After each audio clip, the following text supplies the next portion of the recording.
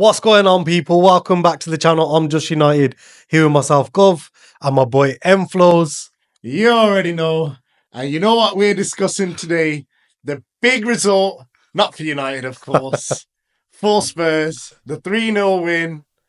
Talk to me, Gov. How you feeling? Well, as you can see there, absolutely dreadful. A disaster class from every single player on that pitch. And you know what? I can't make any excuses for him at all. At all. What about the excuses for the manager? I can make some excuses for him. No, but honestly, but honestly, there's so many things that we want to discuss. But we'll start from the very beginning. Obviously, I was literally just about to sit down, get into my seat. I've sat down, and all I hear is the Spurs fans go crazy. I've looked up, and the ball's in the back of the net. I'm honestly at this moment in time, I'm just like, what is going on? Like, literally, I've literally just sat down and these men have scored. I was like, oh my God, what is going on?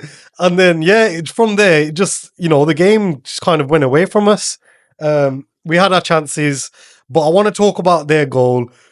The first obviously, goal. As I've sat down, I've seen Rashford running onto Garnacho's ball. He's took a heavy touch. And I've literally gone like this, took my jacket off, sorted myself out. I've looked up and the ball's in the back of the net and I'm just like, what? But Rashford, at that moment, I can't believe what he did. Like, he just didn't run back. He's sort of, he's lost where he is on the pitch.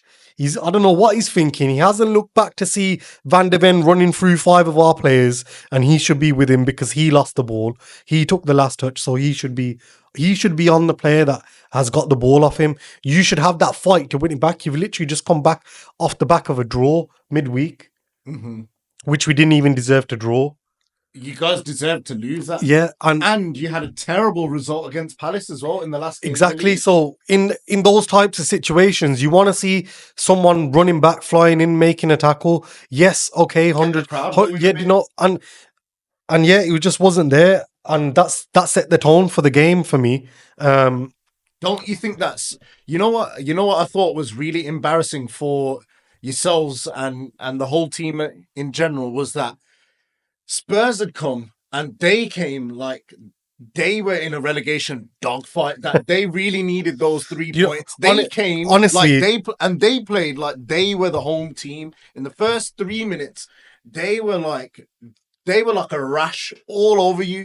I said it in the preview, and I said it before the game. I said that I like the way Big Ange plays. He keeps a high line. He presses. He sets his team out from the get-go to go for the other team. And it just wasn't there for us. And, Do you think that's a problem for Ten Hag then? Or is that a player for the managers? Like, is that a problem? I think it's the players. Because... Do you think the players are not playing for Ten Hag?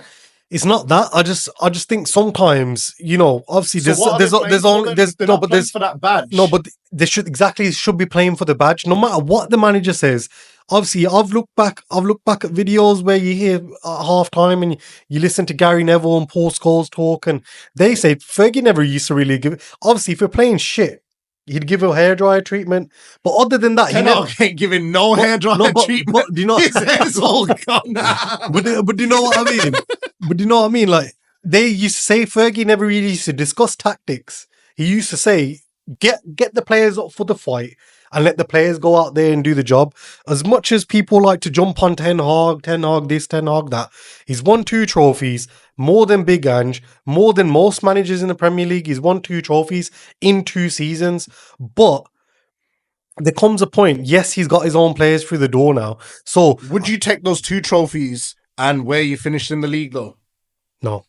So you're saying that standard when you is unacceptable? The standard is unacceptable just because, I'm not trying to defend Ten Hag. I'm not saying, he's not at fault for anything that he does. Because, sooner or later, his job, it's going to cost him. These results are going to cost him. And these players are going to get away with it. Yes, there's 4 or 5 players in that team which are his players. And I do believe those players do fight for him. It doesn't look like it, mate. Mazraoui, De Ligt, Dalot, he's not his player, but he does play well and he does fight for the badge. That's what I want. I don't necessarily care what the tactics are from the manager. I just want to But you see. should care No, but I because no, but I look just at look at us. Look at Arne Slot. Yeah, he's coming to the team. But you've Know got, your you've already got. signings. It's a bit Yeah, different but though. not You've got yet. already got a winning team. The difference is when you've got players that can score goals for you, it takes the pressure off. At the moment, we've got nobody that scores. We got nobody. That's got to come from the manager, though. We got nobody that scores. We got nothing in terms of going forward. We got based on players' talent. It's based on players' talent. Individual moments, but is you know, is what Ten Hag is. Xerxes relying on. missed the chance. I said in the preview before the game. I want Haaland. I was about to say Haaland. I want Højlund starting. Should have Haaland. You'd make Haaland look like a bang average player in this United team. I want Højlund starting up top because he's more clinical. I don't care about the link up play and all this and that. Everybody's going to say, what's your style of play? Whatever. If players are fighting for the badge and they're fighting on that pitch, it doesn't matter what your style of play is, because if they're fighting 100%, they would beat any other player that is standing Let me in ask front you a of them. question.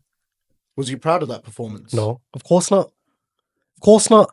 But this is what I mean. Obviously, the buck stops with Erik ten Hag, but at the same time, it's got to be on the players. He set out of a team, and I'm very sure he isn't saying in the first 3 minutes of a game, concede a goal, and then you come out at half time, and the first 6 minutes of a game, yes, Bruno got sent off, and we're with 10 men, but I'm not making excuses for Bruno. It's a high challenge, and in those kind of challenges, you can get sent off. But that was done. He's had his halftime talk, and I'm pretty sure in the halftime talk, he doesn't say to these players, "Okay, I want you to go out there now and concede another goal." It doesn't happen because everybody's gonna say Ten Hag this, Ten Hag that. But the moment you start saying Ten Hag hasn't got tactics or whatever, I'm pretty sure Mate, he looks lost. But because he does. What can you do in that situation? You've just given them instructions. You've spoke to the players for 15 minutes, and then within the first 6 minutes of the second half, they've scored. Your tactics, whatever you've said, goes out the window, because then the players are thinking, "Hold on, shit, we're 10 players." They've got 11 players. Mate, you're at Old Trafford. But exactly. But then that's when the mentality thing comes into it. I can see on that pitch, there's certain players fighting for it, and there's certain players that give up. The same players that threw Ollie under the bus are the same players that are gonna get this manager sacked. Obviously, there's no excuses for the performance. Yes, tactically, Ten Hag maybe got it wrong. Casemiro Maybe definitely got it wrong. but when you concede goals that early, and especially the start of the first half, start of the second half, there's not much you can do as a manager. You're just hoping your players get through it. He's brought in Agate. Agate was responsible for closing down. I agree. After Rashford lost the ball, Agate should have closed it down. I'm not going to pile on. Hang on. Let me land here. So Agate should have closed him down. Then you've got De Ligt, who's hit. Those are two players he requested and has brought in through the door, and those two players made a right hash of it later on in the game. Again, De Ligt and Martinez made absolute. I'm not gonna pile on any specific player. Mate, obviously, you're sitting on the fence. No, right but now. I'm not piling in on. There was lap as well. there was mistakes all over that pitch from every single player. Spurs should have been 6-0 up. I agree. There was mistakes. Werner missed like a hat trick of chances. There was mistakes all over that pitch from every single player. I'm not making excuses for anyone.